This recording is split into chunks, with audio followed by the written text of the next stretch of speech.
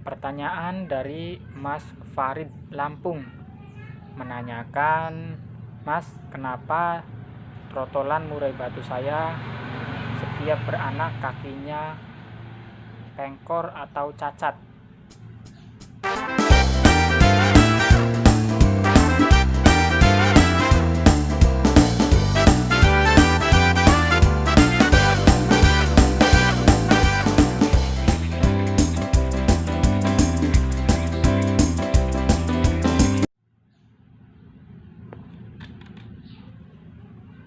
Assalamualaikum warahmatullahi wabarakatuh. Kali ini saya akan menjawab pertanyaan dari Mas Farid Lampung ya, menanyakan tentang kenapa trotolan murai batunya selalu cacat pada kakinya, alias pengkor, alias bisa juga disebut kakinya ngebima. Yang pasti kakinya itu cacat ya, tidak normal. Mungkin ada sebagian teman-teman yang mengira kalau misalkan anakan atau trotolan murai batu yang kakinya cacat ini karena faktor turunan.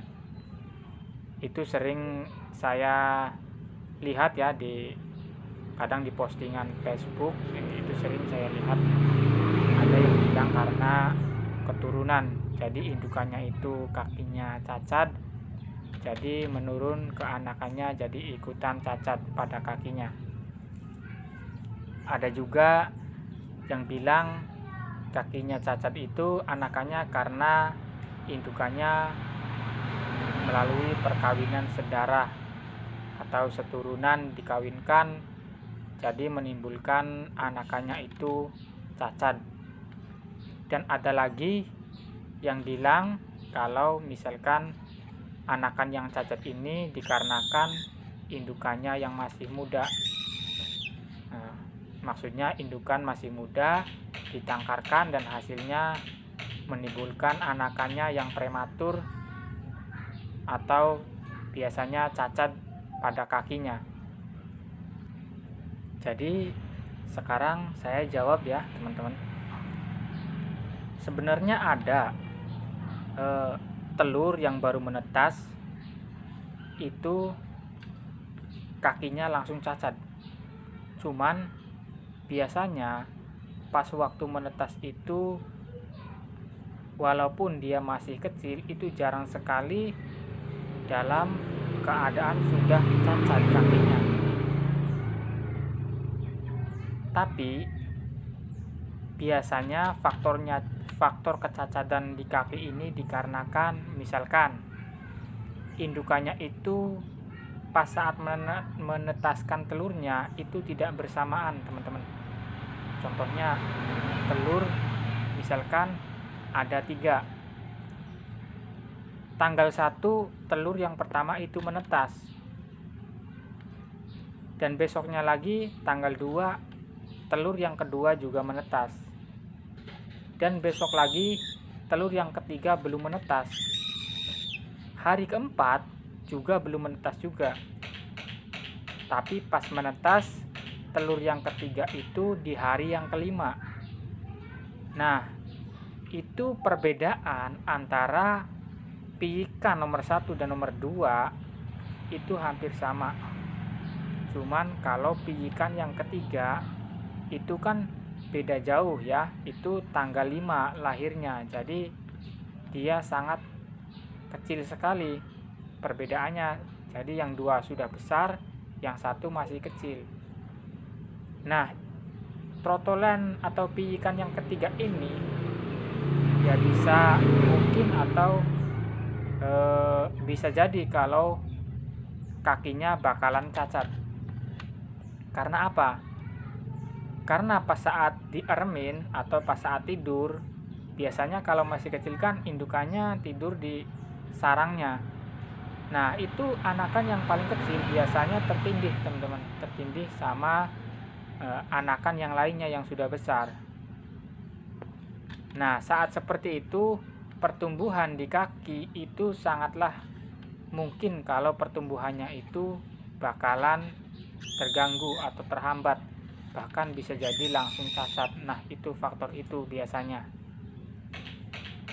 Faktor yang lainnya juga, misalkan indukan nelur itu 4 telur. Nah, kesemua telur tersebut itu menetas semua. Dan bersamaan pas menetasnya, tidak ada selang waktu yang lama. Walaupun demikian, biasanya murai atau trotolan yang banyak menetaskan banyak dalam satu sarang, itu yang terakhir biasanya paling kecil sekali, dan biasanya dia kalah dalam posisi berebut makan.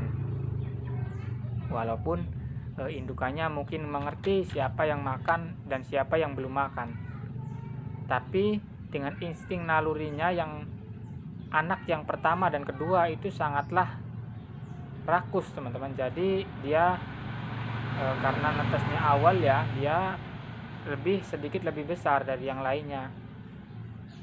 Dan faktor berebut makan juga dia berani, dan akhirnya yang paling kecil sering tertindih.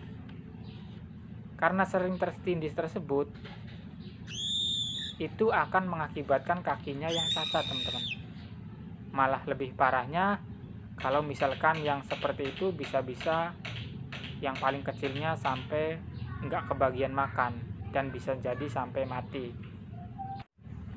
Nah, kalau misalkan yang teman-teman alami kasus seperti ini, solusinya adalah anak yang pertama dan yang kedua itu kita pisahkan, teman-teman. Jadi kan lubang sarang kan ada satu ya, lubang sarangnya yang diisi piikan itu. Nah, yang paling besar itu kita angkat ya. Jadi jangan ditaruh bareng bersama yang kecilnya, jadi diangkat, taruh di sampingnya. Nah, tapi masih tetap ditaruh di dalam kotak tersebut, cuman ditaruh di sampingnya, di samping piikan yang masih kecil tersebut. Nah, itu solusinya ya. Sekarang kalau misalkan cacatnya itu bukan karena indukan, biasanya dan yang pastinya ini diakibatkan sebagai berikut, teman-teman. Misalkan pas saat usia 7 atau 9 hari kita angkat anakannya ya, itu dalam keadaan normal kakinya. Pas kita angkat dari indukan, kakinya dalam keadaan normal. Kok kenapa pas saat besar, pas saat dia sudah nangkring, itu kakinya cacat? Nah, biasanya faktor yang mengakibatkan kakinya cacat tersebut karena faktor pemiliknya atau faktor peternaknya yang melolohnya.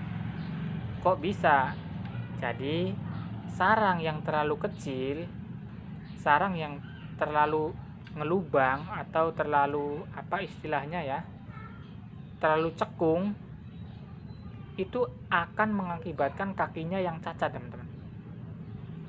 Sarangnya yang terlalu cekung dan isinya 3 ekor itu sangat-sangat mungkin sekali kalau dia bakalan cacat di kemudian hari. Pas saat masih kecil itu tidak akan terlihat ya. Kalau kita tidak amati benar-benar, itu tidak akan terlihat. Pas terlihat pas saat dia belajar nangkring. Nah, itu baru terlihat. Karena apa? Karena sarangnya pas saat kita ngeloloh itu terlalu cekung, teman-teman, jadi terlalu sempit. Nah, mengakibatkan kakinya itu sulit bergerak. Faktor yang lainnya juga ada lagi faktor yang lainnya karena sarangnya atau tempat wadah kita untuk melolohi anakan murai batu kita ini terlalu datar. Bahkan ada yang alasnya itu cuman pakai tisu saja. Itu kan datar, jadi tidak empuk. Kalau misalkan pakai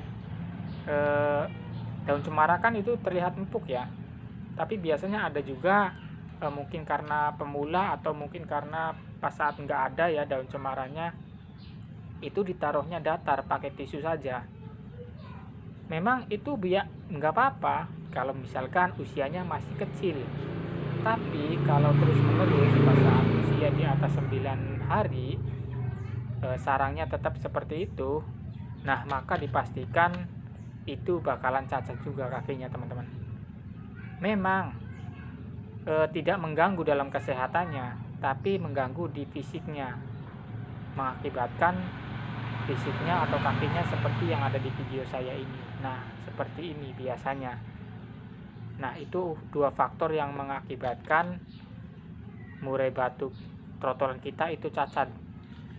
Yang pertama karena indukannya yang saya jelaskan tadi, dan yang kedua karena peternaknya yang saya jelaskan tadi juga. Gimana? Semoga paham ya.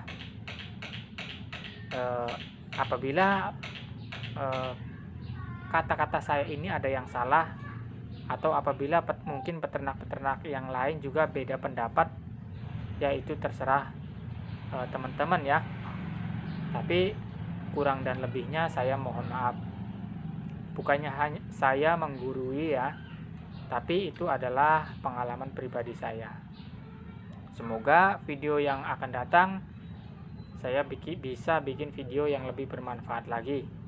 Dan yang baru gabung jangan lupa tekan tombol subscribe-nya, tekan juga tombol loncengnya agar kita tambah makin dekat lagi.